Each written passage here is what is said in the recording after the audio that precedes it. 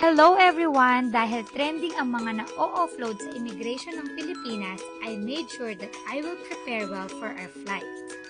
For our Hong Kong trip, here are the list of documents that I prepared that you can also use as reference.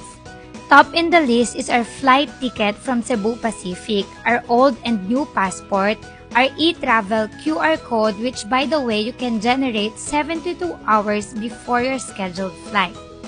I also print a copy of our travel insurance na nabili ko from GCash, the hotel booking, and the detailed travel itinerary. At dahil hindi ko pa na-update ang passport ko to my married name, dala-dala ko na rin yung marriage certificate namin, and since Zion is a minor, I also bring all of our birth certificate.